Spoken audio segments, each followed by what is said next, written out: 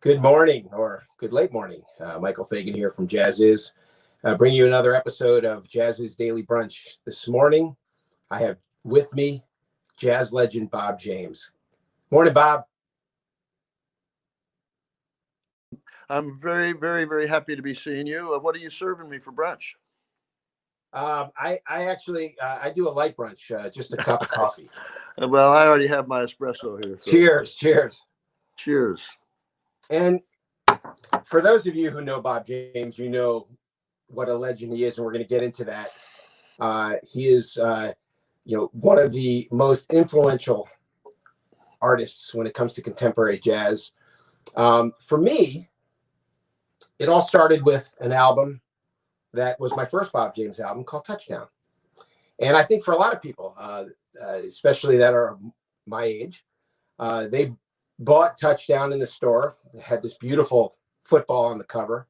And of course, the popular track on there was from the hit TV series, Taxi. Bob, to get into this, that was a seminal moment in your career. Can you tell us how that all happened? Like so many things, when I think back on it, and boy, oh boy, these days I have a lot of opportunities to think back. It's mostly about memories and mostly about nostalgia. And when I am still able to talk to people by this online method, I've been hearing so many different things from people around the world, and it reminds me of what the incredible thing with recorded music and how it goes all over the world to places that you could never anticipate.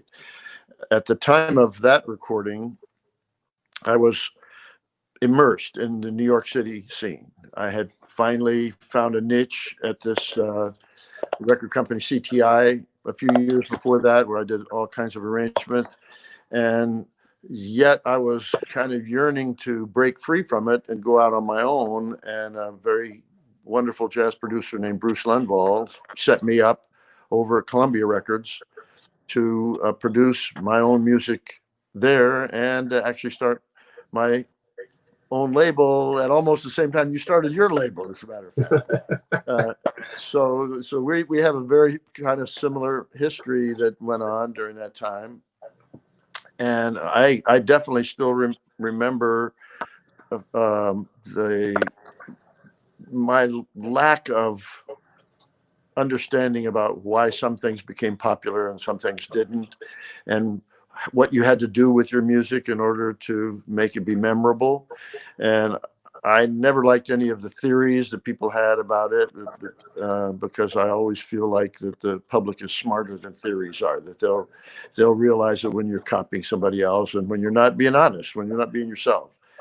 So that album, yes, it was a chance for me to put the music from the TV series that I was working on at that time, a sitcom called Taxi, that I knew was going on national television, but you never know when the show is going to be successful or not. Some of those shows run for 1 year and then they're off. But I got very lucky because I was asked to do that music for a series that became super popular and ended up in syndication all over the world. And my little theme, Angela, rode that train. I was able to go on board and have my music heard a million times more than it would have been heard otherwise. So I'm Wow. still grateful to this very day about that. But it was kind of a fluke. I wasn't doing TV music at that time. There was one of the producers of that series had my previous album, well, 2 albums before that, Bob James 4, which I had done for CTI Records, and he had it in his collection, and he liked the mood of it, and they were trying to figure out what kind of mood to do on the TV show. So he was playing that music behind some of the rough footage that they were working on, and they decided, well, why don't you call the guy who made that music and ask him if he'll contribute something new. And that's what happened. So the original request was just to create some new music similar to what I did on BJ4. And one Bob, of the pieces, yeah. Sorry to interrupt. Can you, for listeners who may, and people are viewing this today who may not have heard that song, I can't imagine how. It was everywhere. Can you play a little bit? Yeah, sure.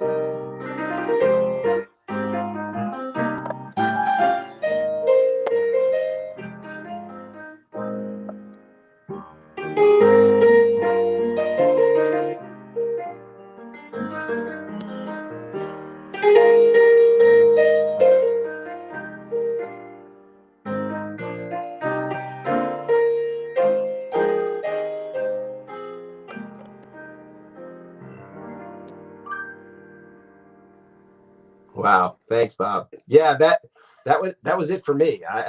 In fact, for me, I'd never heard music like that before that album. And you brought up a couple things that I'd like to touch on. One is Bruce Lundvall. Bruce has been so, pervasive in people and companies that he's helped get into the jazz world. I am one of them too. I remember talking to Bruce when I started Jazziz magazine in a one-bedroom apartment. I was calling him from my kitchen, and that phone on the wall, I remember it vividly like it was yesterday. And the phone rang, picked it up, and it's Bruce Lundvall. And he said he got my name from someone and my number. He had no idea he was calling, and I was answering in my kitchen. He thought he was calling some office. And he told me how at the time he was at Electro Musician, which was a cool jazz imprint at Warner back then. Didn't he kind of start that? Wasn't that his little? Yes, Electro Musician was his. Yeah. And I loved Electro Musician, and I Lee Ritenour and other great artists were on that label. And he told me how he's going to be leaving Elektra, kind of confidentially, and basically rejuvenating the Blue Note brand. And I said, wow, that's, label started in 1939. That sounds great. And he says, and I'd like, you to be part of that and help with your magazine. And I said, count me in. Bruce Lundvall became my first advertiser from the record labels, and was supportive, all the way through. My favorite thing about Bruce, in addition to the friendship we forged over the years, is that he was always there to support me in any way. And then one day I had the chance to, I guess in some way, pay him back, although I don't take responsibility for what ultimately happened. And that was, I got a demo tape from a colleague of mine. It was a CD, actually. It was a demo CD. And I took it gracefully and stuck it in my car. And then a couple months later, I wanted to listen to something in my car while I was heading home, driving home. And I put it in and I said, wow, what the heck is this? And I looked at it and I said, oh, this is Elaine, my colleague's niece. And so I called Elaine the next day and I said, Elaine, I finally listened to your niece's CD, the demo CD. And I think she's one of the most amazing singers I've ever heard. She said, you really think so? Well, you signed her to your label. That was at a time where we had IE Music and Verve, but we had just sold it. Universal acquired Polygram. We got out and I said, I don't have a label anymore, but I want you to call my friend Bruce Lundvall. He'll know exactly what to do. Because as you know, Bruce always knew what to do. And that young singer was Norah Jones. I knew that's who you were going to say too. Yeah. That's completely and awesome. It was like, there's the ultimate payback. Again, I don't claim any responsibility for success or connecting the dots. I was just glad to be in some very small part of that. And it was for Bruce because I just love Bruce so much. Yeah, well, that's fantastic. And of course, we both know that the great story about what happened after that. And Bruce was very much similar um, person for me, in addition to him being the primary reason why I got signed to Columbia and left CTI Records. He also masterminded the project that turned out to become my first Grammy Award, because at that time there was a great guitarist who was signed to his Blue Note label, Earl Klugh. Earl, sure. And he started trying to figure out a way that could get the two of us together to collaborate. And as you know, sometimes when artists have exclusive deals with different labels, it can become very complicated legally, contractually, whatever. But Bruce was able to work it out.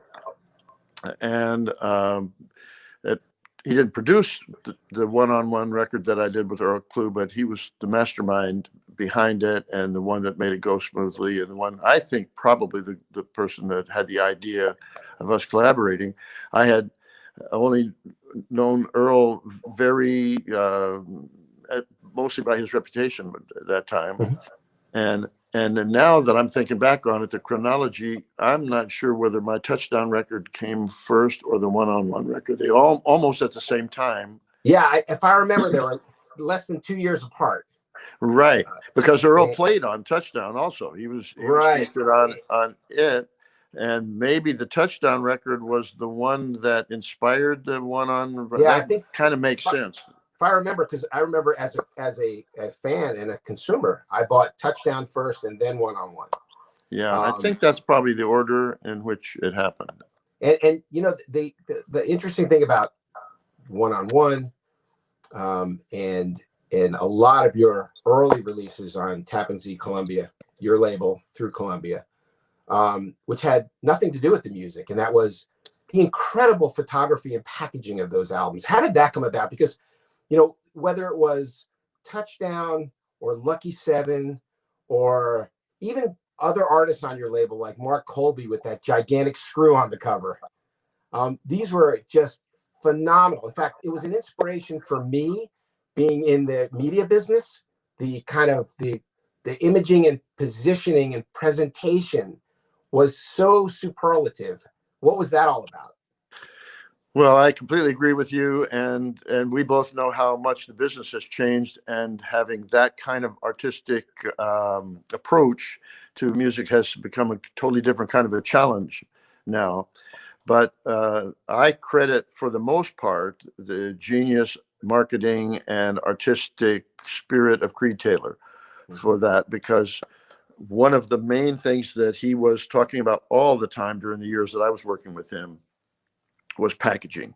And he wanted his records to look different from the other records in the record store, and he wanted them to stand out.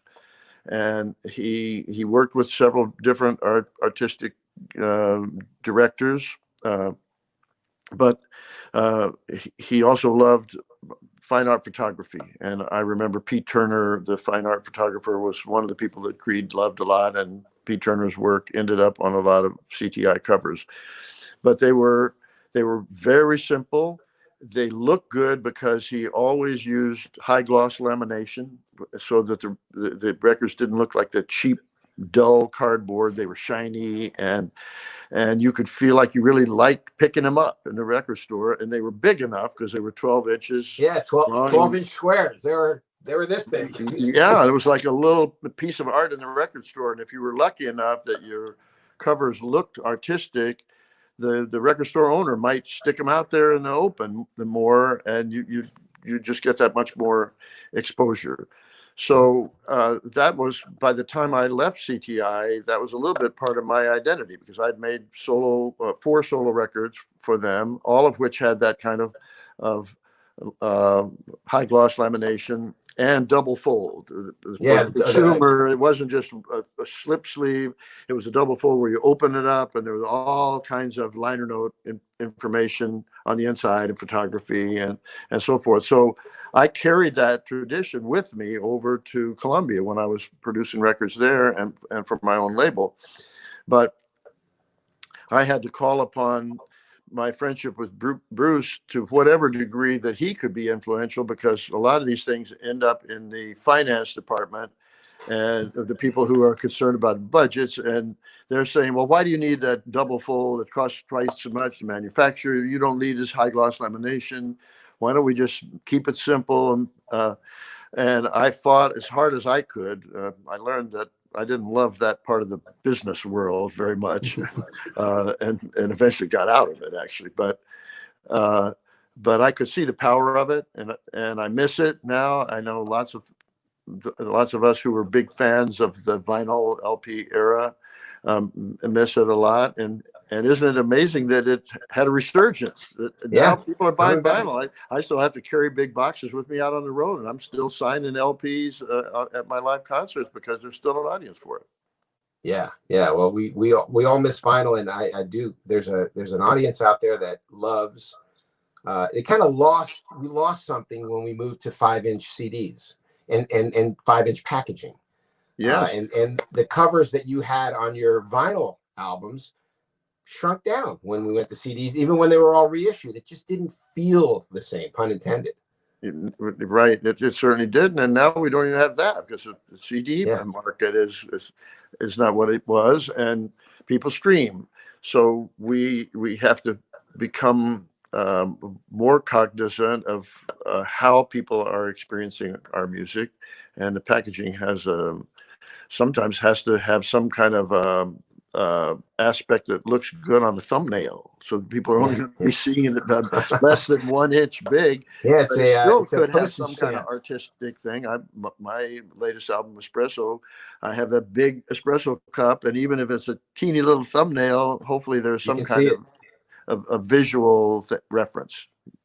So let me back up even a little bit more, because CTI was so influential, not only to you, but to a whole jazz scene that Creed was doing back then. And you worked with and sort of nurtured a lot of artists on CTI that became big stars in the jazz world.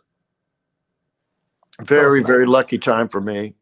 That's the thing I probably remember the most about it, because I love the theater, and my best friend is a director in the theater, and I spent a lot of time getting to know the way the actors function, especially in a repertory group where all the actors come together.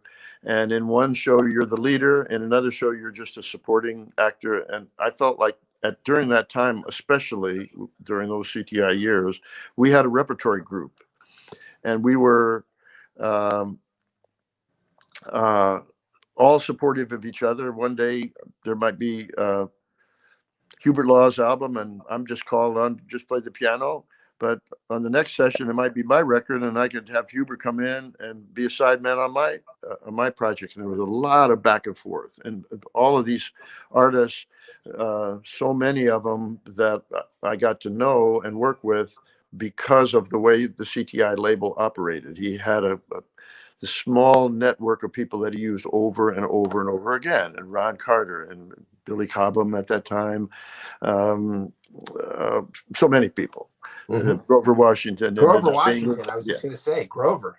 Yeah, he exploded in a way that's the way the music business works. Sometimes things just jump out, and you can't avoid the uniqueness of the sound of the artist and everything else. And definitely I was lucky to be asked to be the arranger on Grover's early recordings there. And they helped establish my reputation in New York as an arranger, and they helped me form my own style as an artist. They were great years. Yeah, Grover was such a wonderful man too. I'm sure you had great time spending with him making those records, because he was such a gentleman. Definitely. Yeah. You know, the one Grover story that I have is that when I had my little boutique label in the Verve group with Lee and Mark, Lee Ritenour and Mark Wexler, we met with Grover, and he actually agreed to be signed to IE Music. And we were very excited because Grover was such an international star. And we get a call from Grover one day, at the time before he agreed to come to IE Music, he was still on Columbia. And he called us up. He goes, guys, I don't even know how to say this. He said, but Sony came back to me and they're offering me 6 records firm. Now, Bob knows what that means. For those who don't know the vernacular in the music business, it means that they're willing to pay him for the next 6 records whenever he records them and releases them. It's a really good business deal. And if you happen to know of any label out there that would give me that offer now, please give me their phone number. Yes, and you can email me and I will connect you with Bob. Anyone who's interested in the 6 records firm. So what we did is I said, Grover, this is such an unbelievable deal. You got to do it. I mean, I'd love to have you on the label. You got to do what's good for you. And he did. And then sadly, I think before he released his first album of the 6, he passed. Yeah. You probably wouldn't know my story related to that exact period of time. But I'll try to make this short. But my story related. Make it long. Related to Grover was I was in my car. I was living in Westchester County at that time, outside of New York City, and I was driving into Manhattan, listening to CD 101.9, the jazz station at that time, with Pat Prescott was the DJ at that time, and she was interviewing Grover on the air because Grover was in town in New York to perform somewhere. And they were talking about Mr. Magic, which was Grover's big record from the album called Mr. Magic, which I had arranged the music for. And Grover was talking about the process of making that record. And he was mentioning all these different names, Ralph McDonald, and he mentioned a few names that turned out not really to be right. His memory was a little foggy. But I kept waiting for my name to get mentioned, and it didn't happen. And Grover and Pat are talking about it. But in my mind, I knew that I had chosen that song out of Ralph McDonald's repertoire of this publishing company that he worked with. And I chose the song at that time primarily because I thought the title was great for Grover, Mr. Magic, great title. So I prepared the arrangement of that song 2 weeks before we went into the studio. But in Grover's description of it at that time to Pat Prescott, he described it as being just improvised, and that he and Ralph McDonald kind of put it together in the studio with no arrangement. So I'm getting frustrated. Now at this point, I'm driving my car. I'm almost driving off the road. So they got this wrong. And I've been written out of history on CD 101.9. So when I got to a place where I could make a phone call, I finally called Pat Prescott. And by that time, Grover had left the studio. And I said, Pat, I got removed from this record. It was kind of a big deal for me at that time. And Pat says, "Oh, I understand your frustration, Bob, but you've got your side of the story, and Grover's got his side. Why don't I get both of you in the studio at the same time, and I'll interview you both?" And I said, "Well, hey, okay, I welcome the opportunity." And as it turned out, several weeks later, they arranged an interview for both Grover and me, and they had brought a little keyboard into the radio station. Grover brought his tenor into the studio, and Pat interviewed us both about Mr. Magic. And Grover was, as you remember him, total gentleman, totally acknowledged that his memory was a little distant. And as we often do when we're doing interviews, we don't remember every detail. But he definitely, by that time, remembered that I had written that arrangement for him. And we had a wonderful little interview during which we played a live duet version, me and him, of Mr. Magic on the air in New York. And the crazy irony of it was the next day that he passed. Wow. He was supposed to be playing a concert at Madison Square Garden, and as I recall. Mm. But it was so poignant for me because whatever baggage or whatever negative feelings that I might have been carrying as a result of listening to that previous interview, we bonded, we were friends, and that's the wonderful, very, very positive memory that I have of Grover. Wow. Well, at a slightly more happier note, I have a story about you in the car listening to the radio. I don't know if you remember this, Bob, but one night we went out to dinner. Actually, I'm gonna bring my son Jeffrey in here.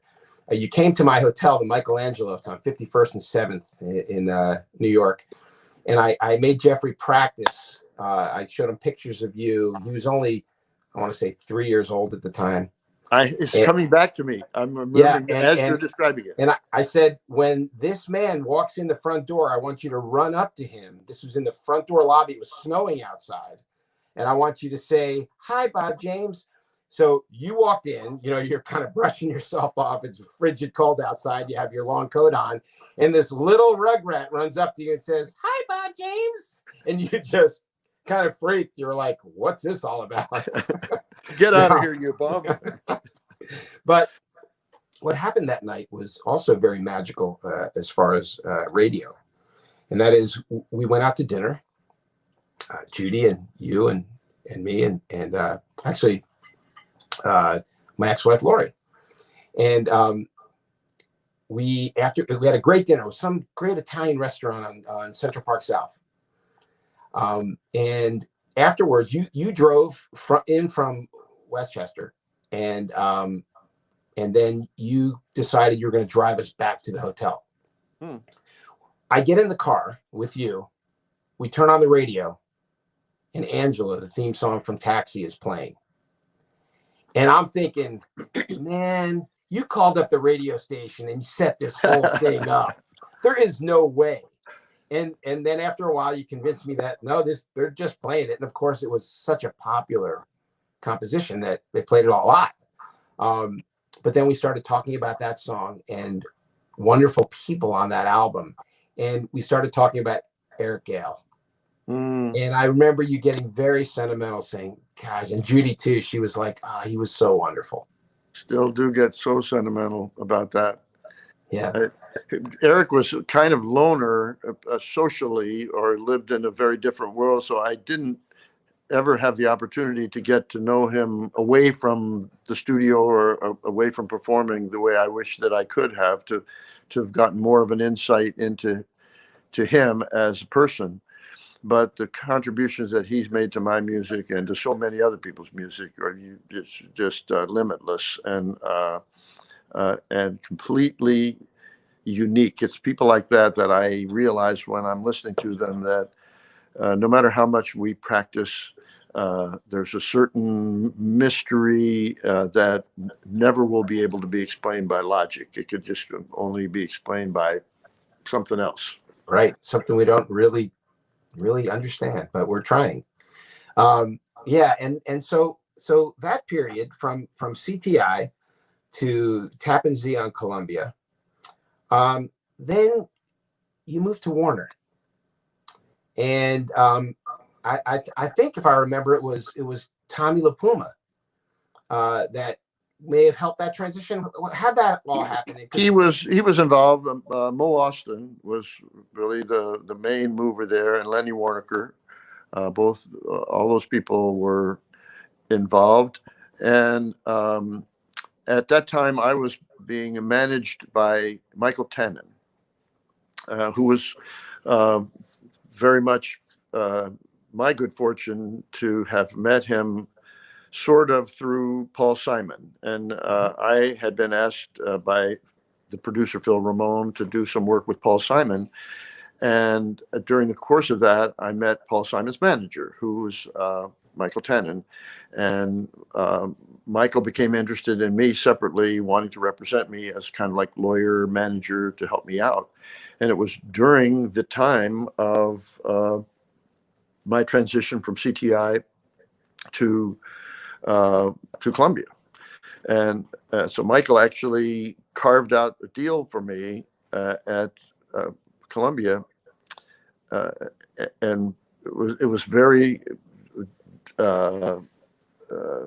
I had a good weapon, because even though the numbers of my deal seemed really, really, really good to me, but when Michael was talking to the Columbia lawyers, my numbers were so small compared to Paul Simon's numbers that they weren't really concerned about it at all, that they'd give me a nice deal if Michael would cooperate with them to pull it down a little bit for Paul, or however that works out with lawyers. Mm-hmm. So he was very involved right from the beginning of when I was at Columbia, but he was also involved when I made the exit, which was tricky and not always completely friendly. Yeah, but it's a divorce in some ways. Exactly, it was exactly that. And then when the legal people start to get hard nosed about it, they're trying to be as rough as they can. And there was a time when I recall that they didn't even want Michael Tannen to be let in the CBS building. Wow. He was kind of like an enemy. But then later I learned that Bruce Lundvall himself had been negotiating his own deal for when he was going to actually leave Columbia also. And lo and behold, who did Bruce call to be his lawyer? He called my friend Michael Tannen, who they had been friends with by that time. And I then really knew that I had a good lawyer representing me in Michael. And it led to some really, really good years at Warner Brothers, and probably the most dramatic good news about that time there at Warner is when I was able to take an idea of forming a group to the bosses at Warner Brothers, and I said that I have this idea for a group called FourPlay, and would they be interested in sponsoring it? And they said yes, and that's how the group FourPlay started. Wow, and you know, it's funny. You and I met about 30 something years ago, and in fact, if I remember correctly, I think it may have been at a festival on a golf course in Sanibel Island, Florida. Oh, is that where we met? Yeah, I remember that. I think, yeah, I think so. And we started talking, and I had just formed a friendship with Lee Ritenour at that time. And I brought up Lee, and Lee had already played on one or two of your records. And you had remarked, you know, he's a really talented guitarist. He's got great ideas. And I was like, yeah, I've always thought that about him too. And of course, back then we knew, there goes my light. Hang on one sec. Jeffrey tells me to keep pushing this thing. We knew him more on the fusion side. You know, he did a lot of fusion records for Columbia Epic, actually, over at the CBS. Mm-hmm. I guess it was called back then. But then you kind of, I mean, Lee was heading in that direction. He did that album with Dave Grusin that was more acoustic. But it clearly came out in some of your projects. And then, of course, in FourPlay, this gentle side of Lee, where there's just this phenomenal playing, this great writing. And tell me about your personal and professional relationship with Lee. Well, you're right. There's some kind of magic that goes on when you meet somebody and you start playing music with them. In our field, where yes, some of our arrangements have prepared music, but it's the spontaneous, unprepared stuff that usually becomes the most special. And when you start improvising with a new person that you're meeting for the first time, you find out things about them that you would never find out otherwise.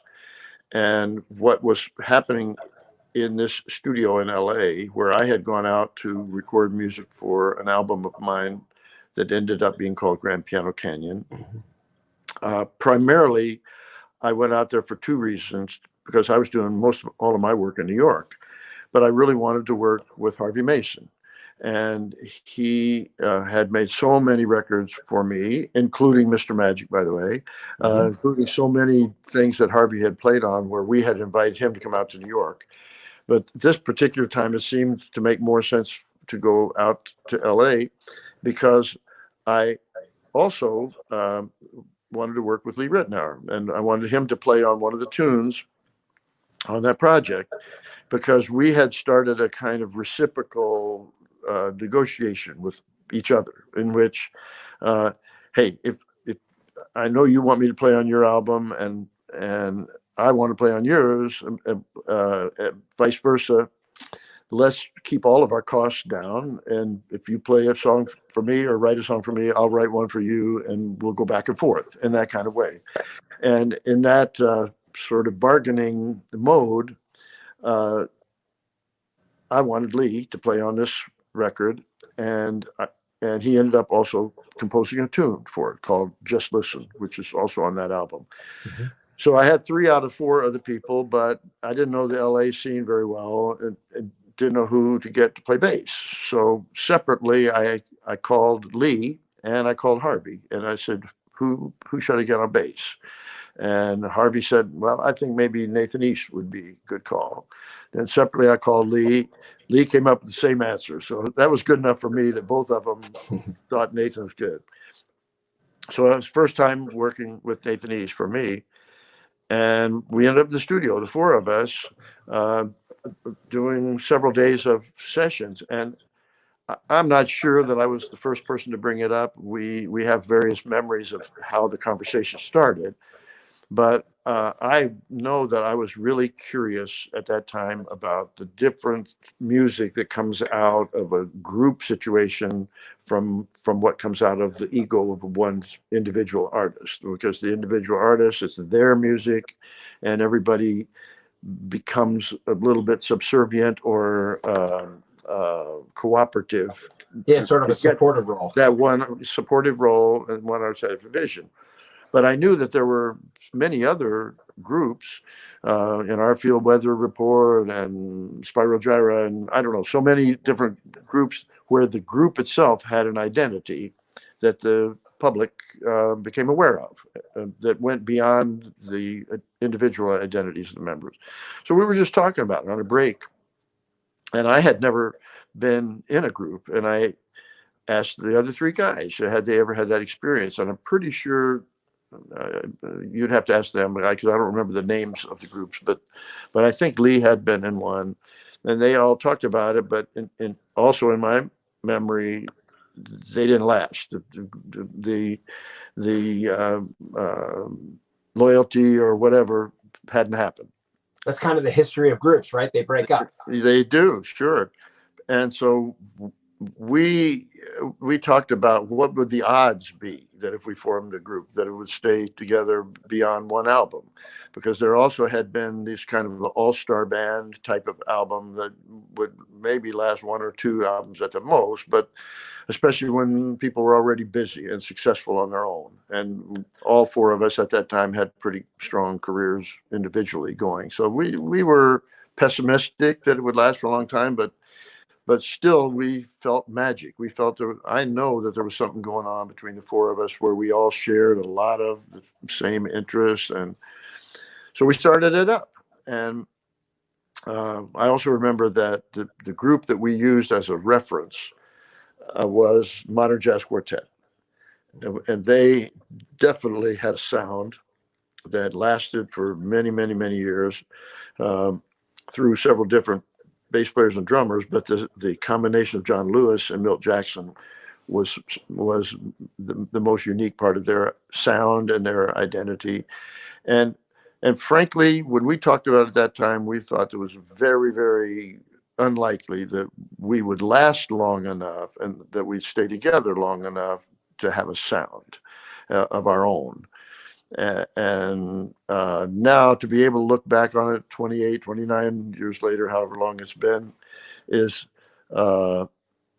very, gives me warm feeling to know that I'm confident now that we did conquer that. And we did arrive at our own sound. And many people tell us that when they listen to our recordings, they know it's our sound. Yeah, and so FourPlay, four incredibly talented, successful individual artists, and three of those have maintained throughout almost 30 years. The one sort of musical chairs has been your guitarists, but you seem to have a knack on picking some of the greatest contemporary guitarists ever.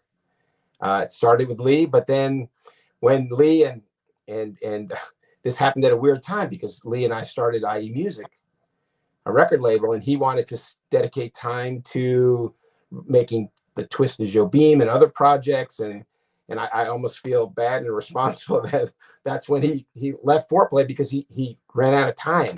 But you had no problem finding another great guitarist in Larry Carlton. Yeah, again, looking back on it from a memory standpoint, to have the opportunity to carve out music in combination with three different guitar players who had such completely different styles, and for me to learn how to be supportive, the piano and the guitar in a group like that, we very often operate in the same territory, in this sort of middle ground of the audio, middle ground of the chords, where the support of the music comes in. And you put the wrong pianist with the wrong guitarist, and you get clash. And we voice the chords differently. We have a different idea of what that rhythm is supposed to be, or what the sound is supposed to be. But when you're lucky enough to be with the great players that have the great ear, and they know how to stay out of your way, and you let them know that you know how to stay out of their way, we can carve out music that works. Yeah, and if I could say the one thing, Bob, that what I noticed about you as a keyboardist and the guitarists, there always was this conversation, you listening to each other and not talking over each other. That's and the most fun. That was one of the magical sort of aspects of FourPlay.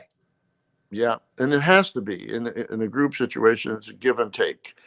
We all know the unbelievably great music that goes that comes from the opposite kind of situation with the almost dictator type leader, and that also can lead to great things. Miles Davis or Charles Mingus. I don't know who to think about where you become one of his minions, or his or her minion, depending on what the situation is. But I like to think that the history of the FourPlay group and what made us different was this spirit of four-way democracy that we decided was going to be our goal.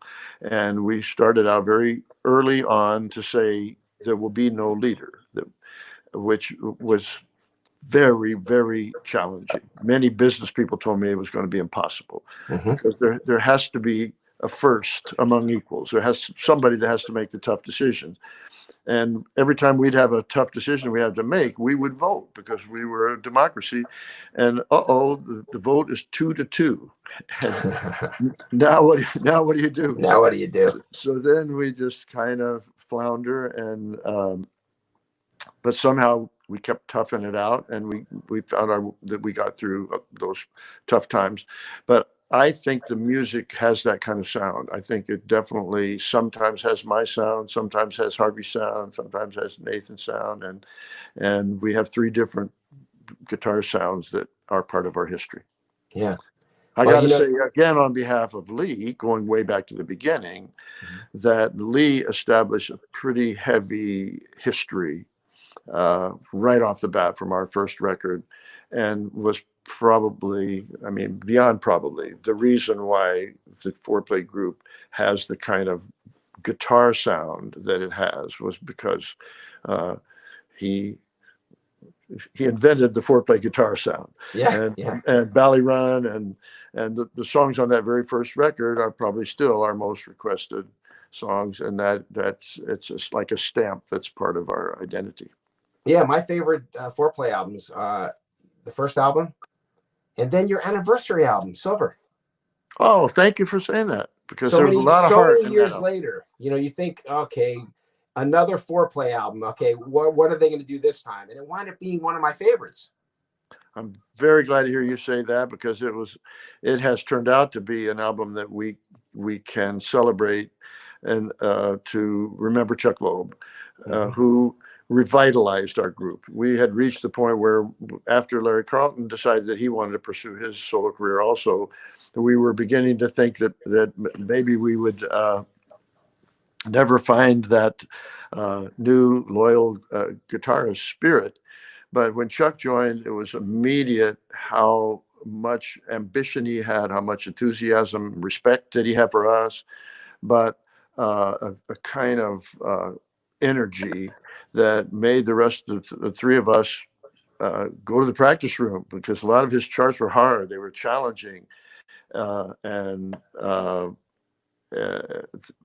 the Silver album in many ways represents a culmination of a lot of that, and very much enthusiasm on Chuck's part to even make that record happen.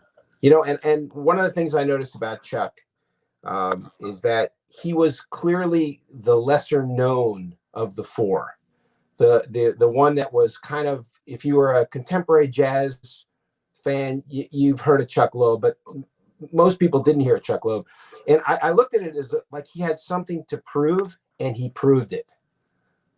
Yes, and he knew that we could give him the opportunity to have that happen, to reach a wider audience. And I think that did happen. But still, I'm still amazed at that the history that he created, almost always being the best kept secret in the music business. Yes. There was a way that he was always behind the scenes. He was always doing great things, but it never was an artist ego, because he, at least 50% of the time, he was producing for other artists, doing all kinds of other things behind the scenes. And the other thing, like you, I mean, people, associate Chuck with kind of contemporary and smooth jazz, but that wasn't his roots. He came from very traditional jazz roots.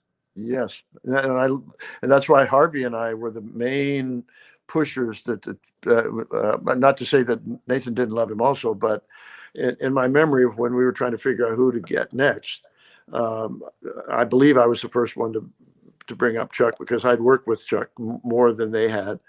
But what we liked about it is that we always had the feeling that there was straight ahead jazz roots that were at the ground level of FourPlay sound, and that Harvey's and my main loves in the jazz field go way back in jazz history. They weren't just part of a modern smooth jazz world.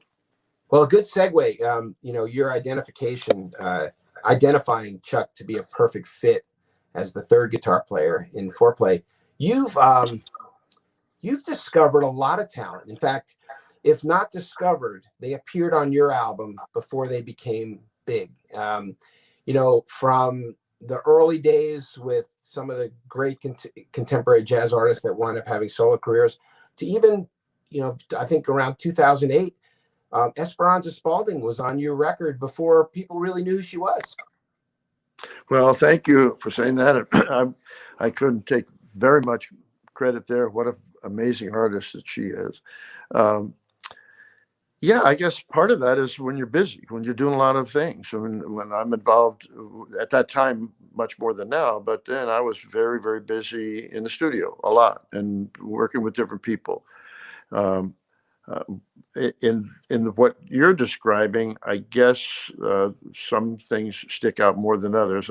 Kirk Whalum comes to my mind as being somebody. With him,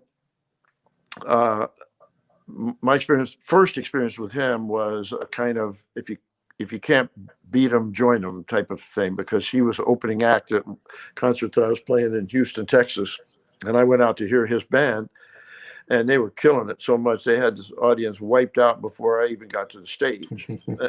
And so I thought, well, this is not going to be my night, because I could try to come up with something, but it's not going to be on the level of what Kirk was giving them. So then I got this idea.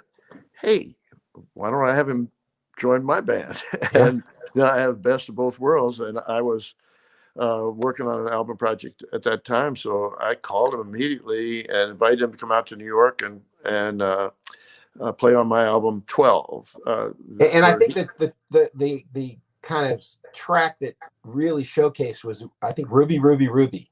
Right, which is also Kirk's wife, a song that he wrote for her. Yeah. And I got to learn what a great composer he is. And then right after that, we went out on tour together, became good friends, and led a whole bunch of things, including me ending up signing him to my label and producing him. And we're still going strong in that world. So those are the fun stories to be able to look back on it, where you see the talent. You can't promise anything, as you well know, as much as if we're functioning as a label or as producers or advisors, we can say, boy, you are super talented. You're going to have a great future ahead of you, but we can't predict what that's going to be. Too many variables come in there. And Kirk, and it was you that introduced me to Kirk. It may have been that same Sanibel show. Could be. He was probably playing on that show, I would imagine. And he and I have become lifelong friends, and he's just a one. You know, I always say this about, as far as contemporary saxophonists, you could argue about technique. You know, the people will say who they like best. What I love about Kirk, I don't think anyone has the sound that Kirk has on sax. I completely agree with you. And he finally brought us back to that era when I grew up, where the actual sound, they were playing the same instruments, but the concept of production of sound changed so much. But my two biggest, I was the biggest fan of Stan Getz and Paul Desmond. And those sounds were so unique at that time, and you didn't hear them that much until I heard Kirk. And suddenly not that Kirk was trying to sound like Getz or anything like that. He had his own voice, but it had this warmth and a kind of thickness and ability to go straight to your heart. Yeah.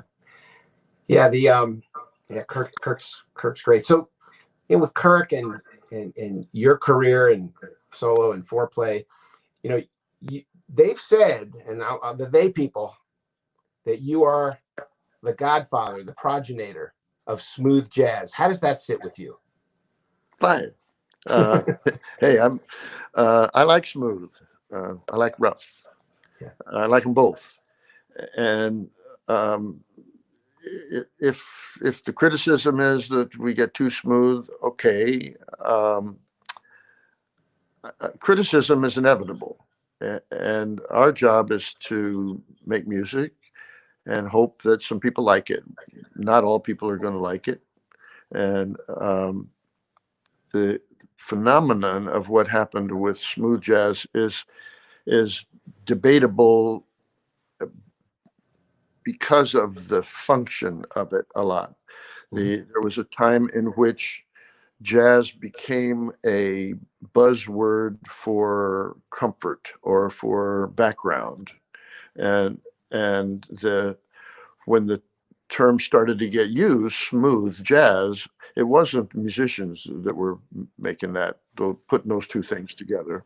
It was a business thing. It was advertisers. It was marketing. And so what happened, and I know it happened with me, in that format, the only music of mine that got played in that format was the smoothest part of my music, and one of which was the Taxi theme that we were just talking about.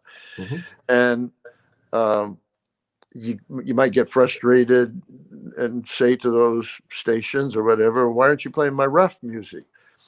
But it didn't fit their format. It didn't fit what they were trying to accomplish. And it may seem pompous to or presumptuous to use classical music as an example, but you might think of Mozart as a smooth classical artist because his music is so smooth to people's ears. So you might hear, if you were a marketing person and you wanted to use classical music in a way to make people nice and comfortable in the background, you probably wouldn't want to put Bartok or Stravinsky on there, or Liszt, put Mozart on there. But it's too late for critics to make any kind of stand to blame Mozart for the fact that he was too smooth. It's a kind of ridiculous criticism to make. Yeah, So, well, you know, Bob, I don't mind being smooth, Michael. Yeah. It's okay. It's just music. It's my music, and sometimes we like to say, those of us who are trying to make this music, you can call it whatever you want to call it, as long as you play it. And if once you've played it, once we play our music for you, then we've done our best, and you're either going to like it or you're not going to like it, and that's life. Yeah, you know, I think one of the dilemmas, the controversies of smooth jazz, is that a lot of bands and artists get lumped into their smooth jazz. And I always look at it, there's smooth jazz and then there's smooth jazz. So there are the real artists that are making really great music and it's smooth. And there are the artists that they can play, they can record a tune. They don't have what the real artists have, but it has a smooth sound. It all gets lumped together. That's not good for the whole genre because then you don't like lumping things together and categorizing and things like that. One of the things I will tell our audience is that I saw you at the Blue Note once, and you did the most smoking rough jazz set that I could ever imagine from Bob James. And when I came up to you after the show, I said, Bob, that was amazing. I mean, I didn't even know you played like that. And your response, I'll paraphrase. It was like, oh, I can play that. I just, most of the time, I don't. And well, it's really fun to be unpredictable too. If I had, I might get as much pleasure out of going in front of a rough, straight ahead jazz audience and play nothing but smooth music, and provoke them, and do the opposite in front of a smooth jazz audience and play crazy rough stuff too, because that's part of my job, and yet it is also my responsibility to give all listeners an experience, and then at that point it becomes their world. It's out of my hands and into theirs. And if I've done my job good enough, I have a good chance of making people like it. And if you don't mind, since we're blabbing on about this stuff, and this is our opportunity to talk together, we haven't talked in a long time. But over the last week, I've been doing my own little version of going live on the internet with solo piano playing, because I'm at my home, experiencing the social distancing and kind of self-quarantining. And through several people recommending that I do it, including my daughter, to do something constructive, I've started playing solo piano music from my home.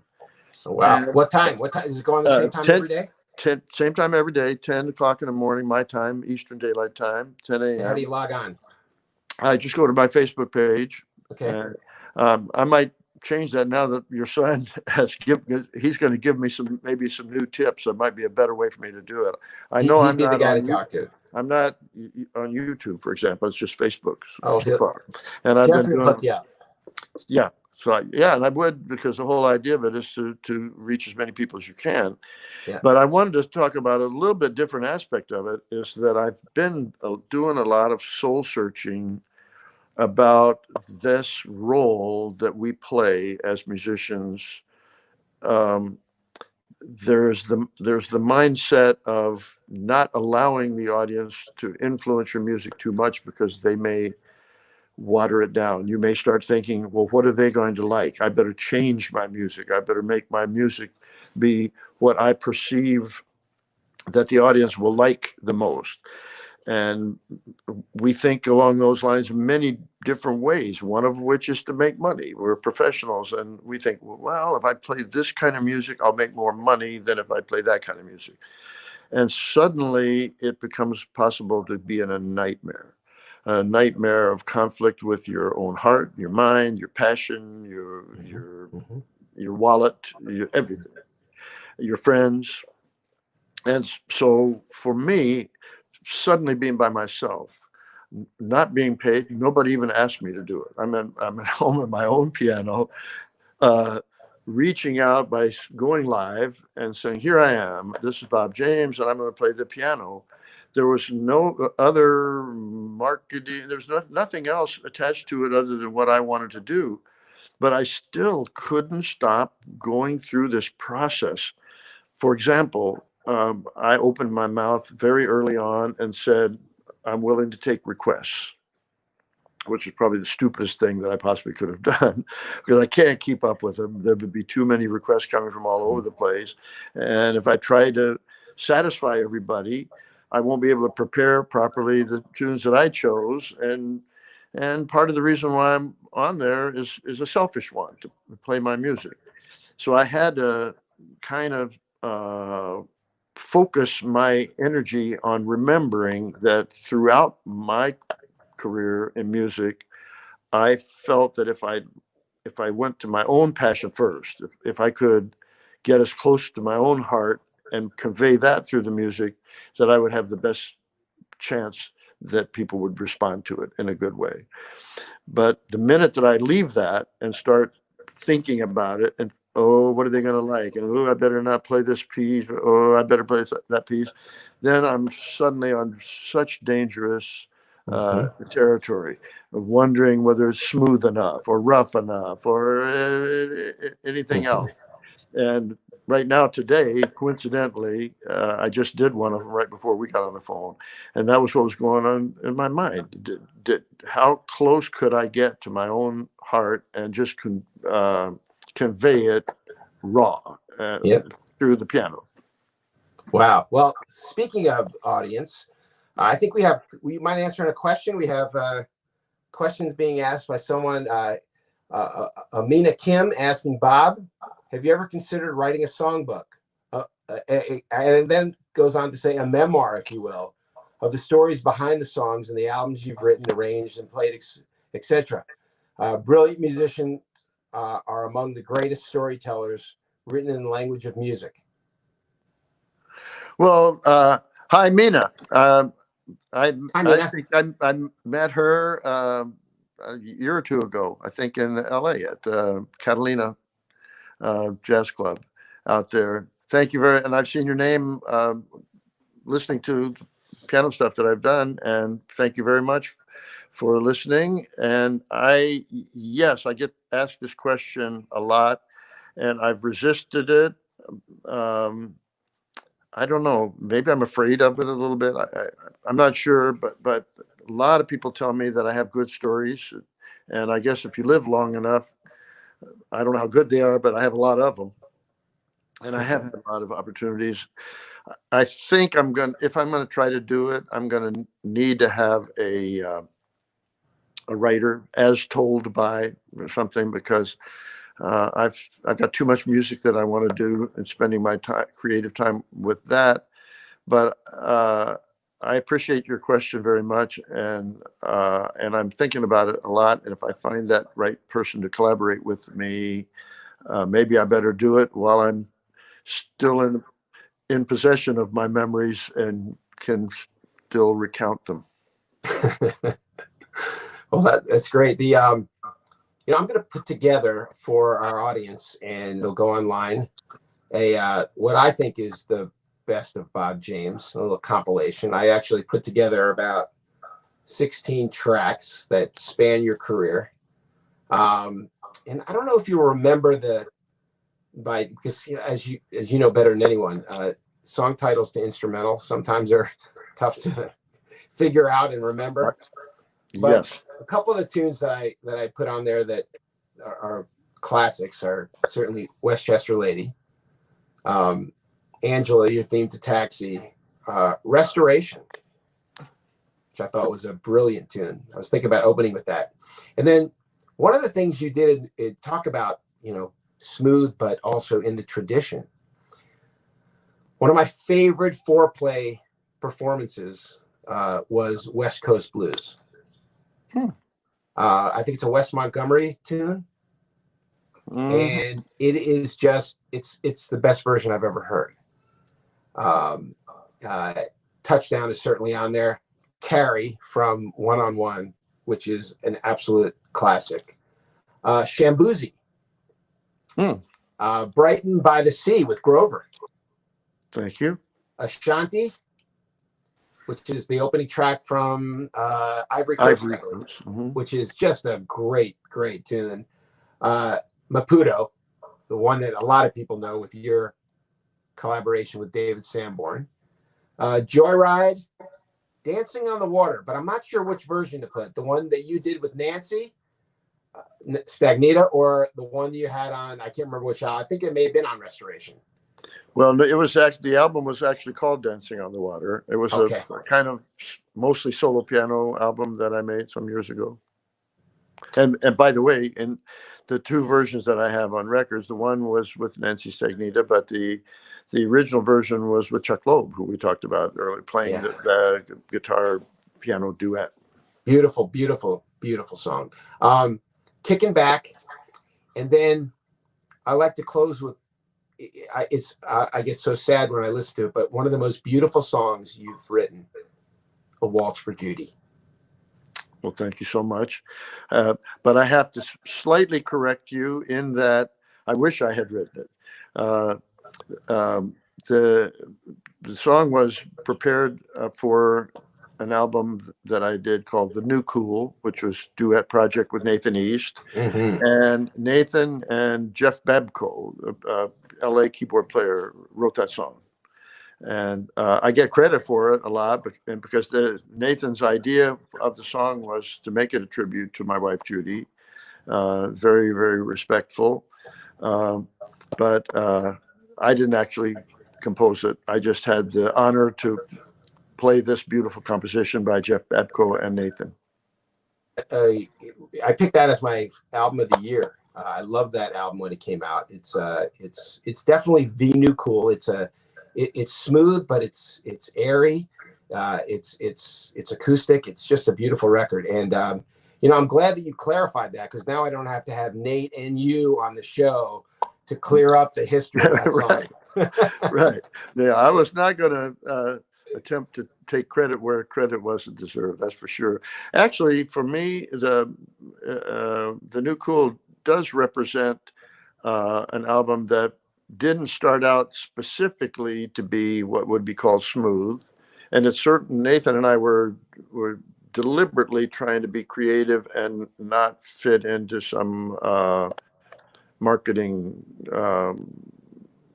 concept or strategy. We wanted to follow in the tradition of piano bass duo albums that we both liked. I had remembered one from a long time ago, Oscar Peterson and Ray Brown. Oh, sure. And a lot of them like that, Keith Jarrett records that he made, and Charlie Hayden and so on. So that was what got us rolling with it. But when I listen back to that record now, it does have a kind of smoothness about it that probably most of those cuts would not be appropriate for so-called smooth jazz radio, because they don't fit in enough into the formula of it. There's no saxophone on it, for example. I think you did something just naturally for you, if I could speak of that, and that is that album does something that all great albums do, and that is, if you are a little bit smooth, it appeals to a smooth jazz audience, but a traditional audience will listen to that album and totally get it. And that's why I picked it as my album of the year that year, because it's just from start to finish, it's just a beautiful, airy, acoustic album that, I kind of, that album is kind of your kind of blue. Woo. Well, I don't know that we could come anywhere close to deserving that, but that'd be about the ultimate compliment that you could possibly get. Thank you very much. Oh, sure. Just, I love albums that you can listen to over and over and over again and just not get sick of them. Me too. And that's what we strive for. So that again gets to my root of what I'm hoping for, but I still have to fight to keep my focus on what can I do that would give me the best chance of getting there, not what music should I attempt to copy or play because someone else did it. Mhm. If I go in the studio with a tenor sax and a trumpet and an alto sax and bass and drums, and I say, okay, I'm going to make a kind of blue album. At best that I could ever hope to come out would be second place, and I'm going to be a lot further down the line than that. So Yeah. that's not going to happen. I got to find my version of what leads me to magic, the closest that I can get there. Well, speaking of copying, your music has been copied a lot, not only from other contemporary jazz, smooth jazz, trying to get that Bob James sound, and we're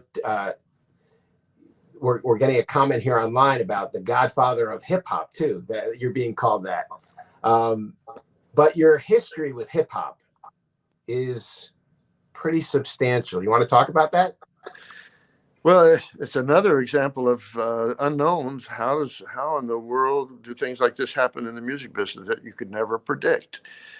Certainly, when I was in the 1970s at CTI, the last thing that I would have ever thought was that one of my records would end up being used in this rap hip hop field, which seemed to be so many universes apart from each other. And I could tell a little story about one of the ones that has been sampled the most in the hip hop world is a song that I wrote called Nautilus. And the peculiar, crazy outcome of that was that I was recording 1974 for CTI Records, and almost all of the projects that we were doing at that time, we had certain music that we were really focusing on, that we spent most of our time preparing and that we were really excited about. And I had two songs on that project that I knew were special for different reasons. And when Creed Taylor had asked me to come up with new material, I was primarily thinking of myself as an arranger, and I wasn't really headed out to do a solo artist career. Most of my work was in the studio arranging for other artists. But I did have a little bit background, both classical music and jazz. So I proposed to do an arrangement of Night on Bald Mountain for this project. And we used a big orchestra, strings and brass, and importantly, I got the right drummer, who was an up-and-coming guy at that time named Steve Gadd, and I featured the drums throughout this recording. And many, many, many years later, Steve thanked me because that session and that particular recording and his playing on it led to many, many good things for him in his career. So I like having been a little bit of a part of knowing how great he was back in those days. But there was one other song called Feel Like Making Love that was a result of me being in the studio as a sideman on Roberta Flack's recording session and listening to this new song that had been brought in by Gene McDaniels called Feel Like Making Love. And it was great. Every one of us in the studio knew how great it was and how great Roberta Flack sounded singing it. So I had the super duper perfect timing of being able to go in the studio coincidentally within a couple of weeks after that session with the same rhythm section, Gary King on bass, Eric Gale on guitar. No, it was not Eric Gale on guitar. It was Richie Resnikoff playing on my album. But Idris Muhammad was playing drums. And anyway, my recording sounded a lot like Roberta's because it was the same band and we were doing the song in the same key, maybe the same tempo, minus the vocal. So I got a lot of airplay back and forth with the radio stations because Roberta Flack's record became a big hit. And lucky to be part of it, and it changed my life because I was the instrumental cover that got a lot of attention and led to many, many good things.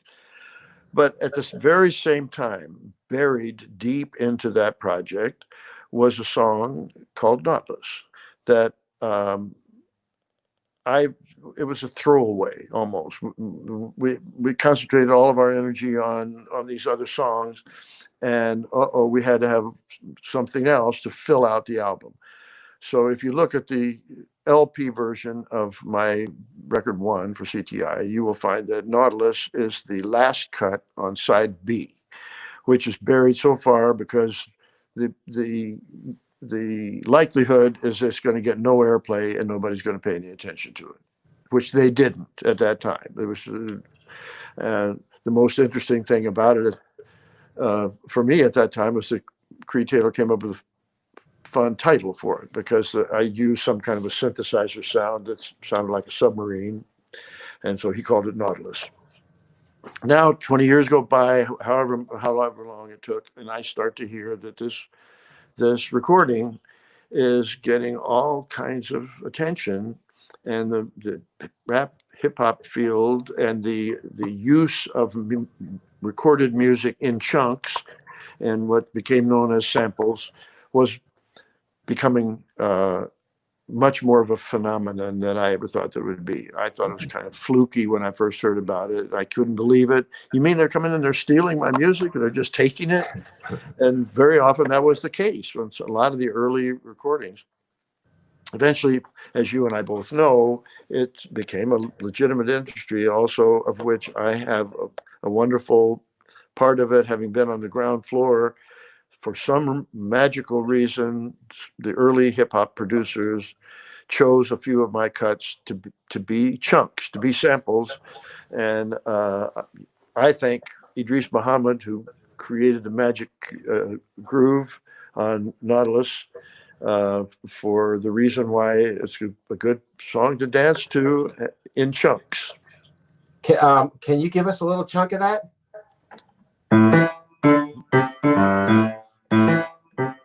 Whoops, I can't even play it because I had Gary King playing this bass part at that time.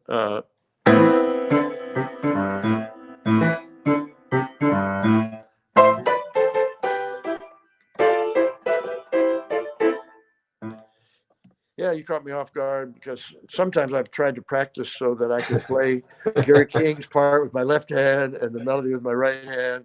You need, but you need three hands. Yeah, and you've had me talking too much, and my mind is way away from my fingers. Speaking of three hands, let's talk about four hands. That was a very interesting project with Keiko. Lovely memory, lovely memory, and that one's kind of fluke too because it happened during the history of me with Keiko goes back to that album Dancing on the Water that I was working on at that time, which I had started it off as a solo project, but I wasn't having any fun. Playing solo piano was way too lonely for me, and I needed some companions. I needed some partners to play, and I missed not having any drums or bass or anything else. So for whatever reason, I thought that I would invite a couple of guests, one of whom was Chuck Loeb, who played the duet on that title song, Dancing on the Water. But I had been a fan of Keiko Matsui, and I'd only met her once. Her group she was playing at the Hollywood Bowl, I think, and I just very briefly met her backstage. But I had also been a fan of piano duet, four-hand piano, classical music. I loved doing it and as a hobby. And I thought about writing some four-hand original piano music, maybe for that project, and maybe invite a couple of my favorite pianists. So the choices that I made were Joe Sample and Keiko. And I didn't really know either one of them very well at that time. But in order to try to intrigue Keiko to be willing to accept the invitation, I sent over this piece that I had been working on. It ended up being called Altair and Vega, which, but she received this kind of unknown package and opened it up. And fortunately, she had positive feeling about it and agreed to join in with me for the recording. And that led to many things. We did several tours together. And my memory of some of those, a couple of them in particular, where we played concert halls where there was no sound system and no speakers, nothing. The one piano on the stage, we walk out, no amplification, and just the sound of the grand piano is all that you heard during the course of that night. That was just so much fun for me. She wrote several pieces for me on her projects. We've traded back and forth, and we still talk about maybe doing something, I hope, in the future too. That's great. Yeah, that was most people hadn't had that experience of the Four Hands before that album. It was, even though, you know, you and I know that there have been projects that have done that in classical music, but great in contemporary jazz. It was I think you were the first. Well, I will say that Joe Sample was more comfortable having his own piano. We did actually two different pianos with him, but I liked sitting on the same piano bench, and so it was fun for me to do just the Four Hands at one piano with her. And it was sort of an art form in itself. It's very challenging to try to keep out of the way of the other pianists, to keep your hands from bumping into each other in the middle of the keyboard. There were many things like that were a fun part of the challenge. And it was the most popular as an art form back in the 19th century when there were no recordings. And many local smaller towns didn't have the opportunity to hear symphonic music because there were no recordings and no big orchestras. So the composers, Beethoven and Brahms and Schubert, all of them did four-hand arrangements of symphonic music to reduce them down to the piano. But some of the music was so complex that one pianist couldn't do it. You had to have two pianists sitting there in order to cover the bass parts and the flutes and the high end and everything else. So it became a popular art form at that time, and I always loved it. Wow. So we've covered classical, jazz, solo piano, group. Let's talk about pop music for a minute. You produced some really great pop records. One of my favorites is one that I think you did with Phil Ramone with Kenny Loggins' "Celebrate Me Home." Yeah, it was a great time. Kenny was looking to break away from his collaboration with Jim Messina and do his first solo project on his own. And he went to Columbia at that time where he was signed and said he was ready to do a solo project. And it was just, again, really good timing for me because I had just gotten the job through Bruce Lundvall of having a jazz A&R role there at Columbia. And in Kenny's mind, he was also looking to pull away from the just folk rock kind of sound that his previous records had, and he wanted to introduce jazz elements into it. And that's why he brought me in to be that voice that would just change the sound. Yeah. The project was very much him, and I had a minor role in it. I was just supposed to kind of be there to help him introduce occasionally some jazz elements into it. But it did give that record a unique sound for him that contributed to him launching on his own for a solo career. And along the way, the title song became such a standard, and Kenny was good enough to allow me to collaborate with him a little bit on that song and make a contribution to it as a composer too. So having a co-composer credit on that song every Christmas time now, it played so much. Is beautiful. Really great memory. Yeah, you know, you're very, very humble, because when I hear the first two solo Kenny Loggins albums, I think the second one was called Night Watch. Night Watch, yeah. That's the only two that I did with him. But, you know, for Bob James fans, if you can imagine the Bob James sound with Kenny Loggins singing, it's a beautiful combination. Thank you. It was a And lot that, of beautiful fun for me. And I learned a lot from him. The way he approached music was so different from the jazz musicians that I was working with for the most part, that I had to get into a completely different mindset to do the job for him. And he was so good and so talented. And there was so much genius coming out of him that just being in the creative environment with him in the studio and writing with him was a very significant thing for me. yeah, that's great. That's a great story. The thing about, artists like Kenny Loggins, I think what happens is when they get immensely popular, songs like Footloose, a lot of people don't know that there's a lot of, history and talent there that got them to Footloose. Sure, of course. And Kenny's one of those kind of artists that he makes his music seem simple and very direct, even though it's not. There's a Mhm. lot of complexity behind his music, a lot of subtlety that those of us who try to be supportive to him and try to help him reach his vision, we realize how deep he's trying to go, what he's aiming for, and it doesn't just happen automatically.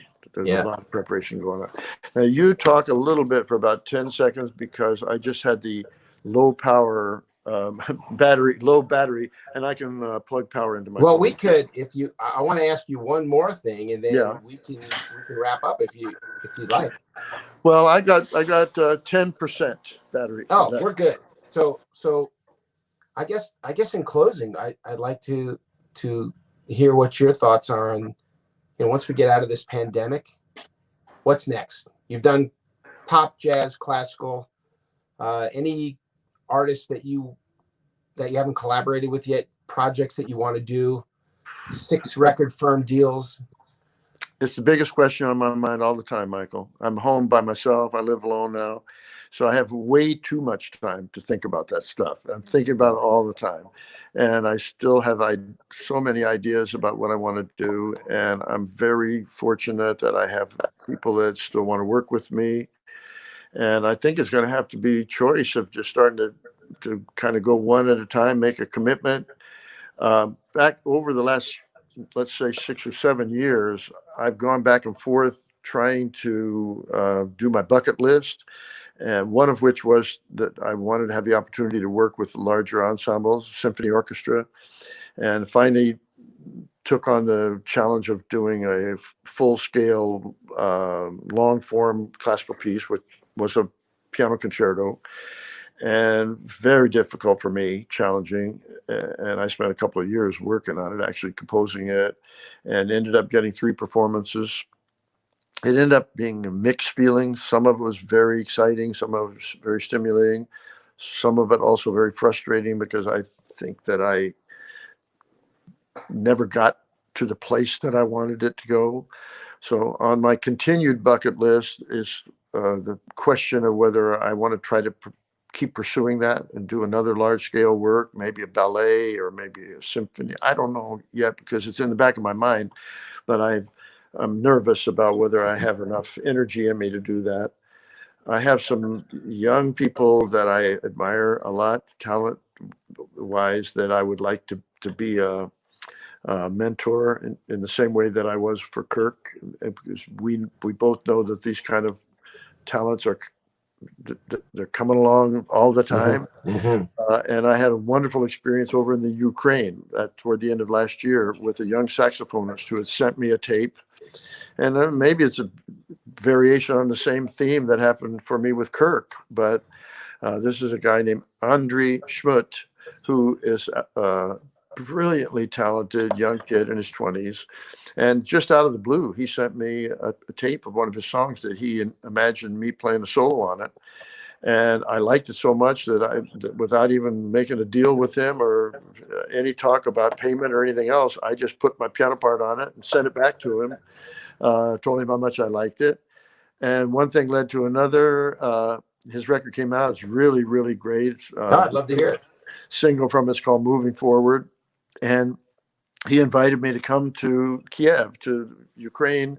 And I played a concert with him with this crazy rhythm section. Two guys from Nigeria, was bass player and a drummer, and we had strings and whole production thing. And he's so talented and full of ideas. He sends me a new piece almost every day now, Wow. and wants to do a project together. So that's on my bucket list, and other stuff. So I got too much going on to even keep up with. Not even thinking in the furthest part of my mind about any kind of retirement. Well, that's great. Well, I'm wondering, with the technology available to us today, and in us staying at home, maybe a virtual project. Well, that's exactly what I'm going to have to do, because this looks like at least a month and more, and I can work at home and I can send my files back and forth. And I'm in the middle of doing that right now. Yeah. And I want to do that. I was doing it already quite a bit, even before we had the problem with the virus, but now even more so. Well, And let's everything. when you move things along, let's get back on this Jazz's Daily Brunch and show everyone what you're up to. I'd love to. Bob, Absolutely. And I appreciate your interest. And most of all, I appreciate the friendship. Likewise, Bob. And again, stay safe, and we'll be in touch. And thanks again. Thank you, Michael. Love to your family. And let's get Love to together in yours as person. well. Say hi to Hillary for me. I will. All right. Bye-bye.